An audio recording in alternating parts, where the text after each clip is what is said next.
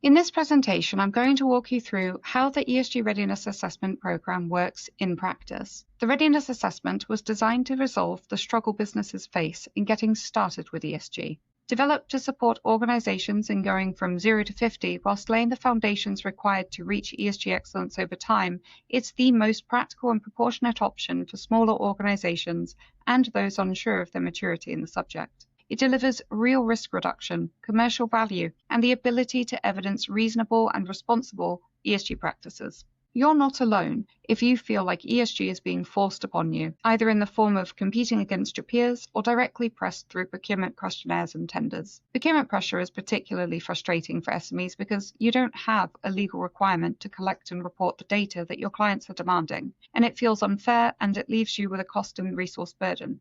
The fear that comes with these PQQs adds additional stress, often causing suppliers to provide inaccurate or incomplete data in the hopes that it will be good enough to maintain their contracts. Even suppliers that have data and a willingness to engage struggle because they simply don't have the time or capacity to respond to every single client wanting their own frameworks and forms completed, all of which are asking slightly different variations of the same questions, so your responses are often not reusable. The pressures of limited time, resources, and expertise transforms ESG into an administrative nightmare rather than a business opportunity, and this builds resentment and friction towards ESG. The readiness assessment starts ESG where it should begin, with internal governance and risk management, creating a foundation that can organically grow into a full ESG strategy, and it ensures that your business is able to demonstrate good governance in the form of ESG disclosure, making ESG work for you commercially rather than making your business work for ESG. The program begins with a simple assessment.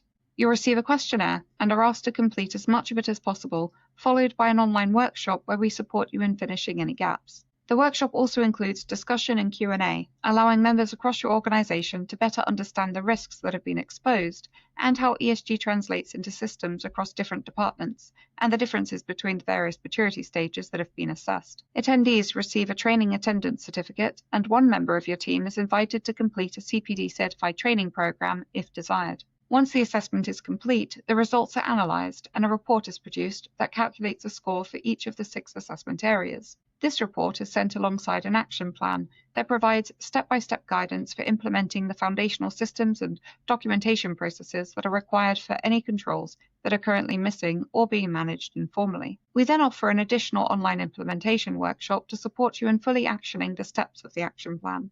We do offer an upgrade on the service called the Procurement Project, which results in the production of a report designed specifically for procurement purposes, which I'll explore in more detail later during this presentation. The assessment itself covers the same 6 core themes used within both the EcoVadis and B Corp frameworks. Within these themes, the assessment evaluates 85 foundational controls that businesses must be able to answer and demonstrate documented processes for if they intend to pursue formal ESG.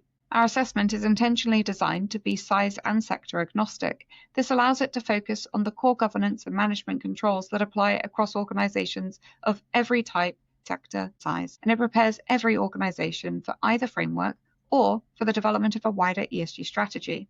It's therefore important to note that if you apply for an accreditation audit, there will typically be some additional questions that reflect your unique operational characteristics.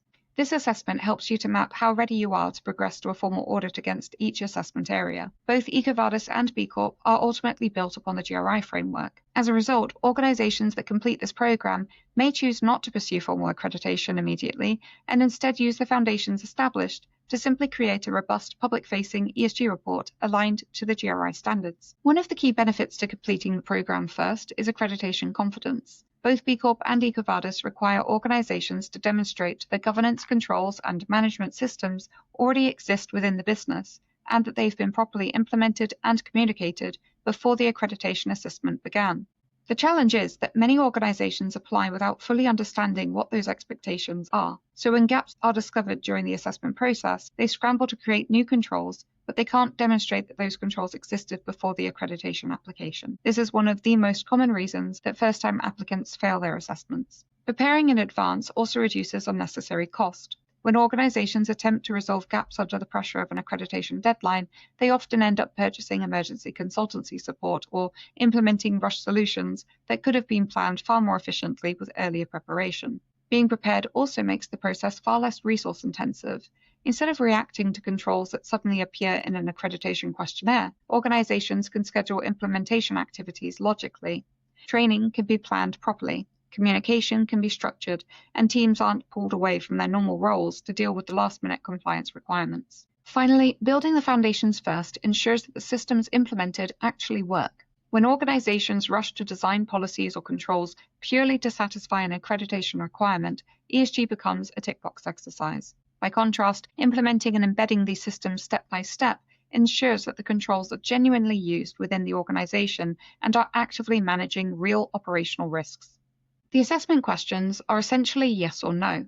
As you can see, the questions are written in plain language and simply ask whether specific controls exist. In each case, you're presented with a set of possible responses and are asked to select all that are true. There are always 5 core responses, and in some cases, a not applicable option is included for the controls that only apply to organizations operating from commercial premises. The responses are scored using a traffic light system. If the control is not in place, it receives a red score.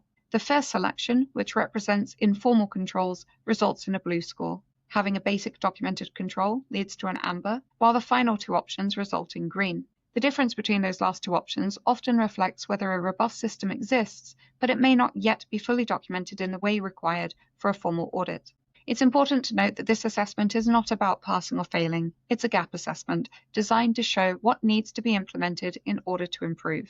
You'll then receive a summary of your results that explains the common issues typically found at the maturity level you've scored. This is accompanied by a summary action plan that provides a brief overview of what the organization is likely to need to do to improve each control and reach the next tier. You can also see here the example certificate that's awarded upon completion of the assessment workshop. So when the assessment results are calculated, each section is awarded its own readiness score. You also receive an overall readiness score presented in the form of a certificate that includes a visual meter badge capturing your current level of ESG maturity. For accessibility and inclusion, we also incorporated colorblind symbols within the scoring visuals to ensure that the report remains clear and usable for all readers. The report itself summarizes the purpose of each assessment area in relation to practical operational risk management, and it explains the implications of the score that has been achieved. It's specifically designed to help management teams understand the real operational risks and governance gaps within the organization and how these could be addressed through more robust ESG systems and controls. We do also provide a control-by-control summary of the scores,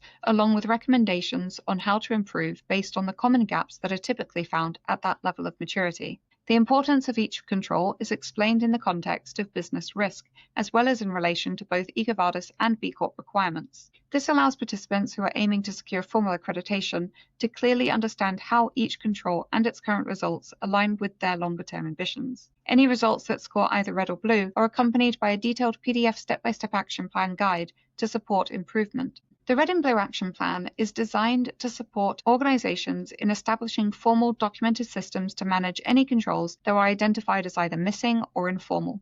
The purpose of these guided steps is to enable even a novice or micro-business to document the informal thought processes that currently inform decision-making, organize relevant evidence and data, record these within clear and retrievable systems, and ensure that effective communication processes are implemented once a control has been developed. These are the core steps required for a control to become something that can be evidenced within a formal accreditation audit. That does not necessarily mean that the control will be at full audit level by the end of the guided steps, but it will exist in a documented and structured form.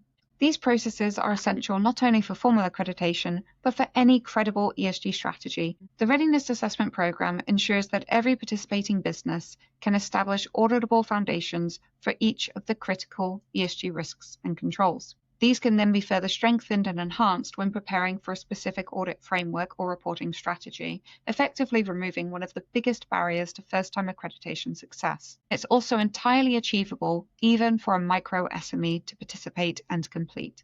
The action plan is written in plain language, with each section explaining how the control is assessed under both EcoVadis and B Corp standards, as well as wider implications to a business's risk profile. The guided steps are presented as an easy-to-follow checklist of actions that ensure even the smallest details are accounted for, from correct file labeling through to example wording that can be used in internal communications. The intention was to make the guide practical enough that even an intern could follow it and successfully implement the steps. The complete action plan, covering every control, is around 300 pages long. However, you only receive the sections relevant to the controls where you scored red or blue. In practice, even a business that currently has no controls in place could work through this entire action plan within a week of focused effort. This is because some controls may take several pages to explain, but actually only require a few minutes to implement. The action plan also includes the guidance to support completion of Scope 1 and 2 carbon calculations, allowing every participant to begin GHG reporting. Once completed, you'll be in a position to evidence that every risk is being actively managed at least a rudimentary level,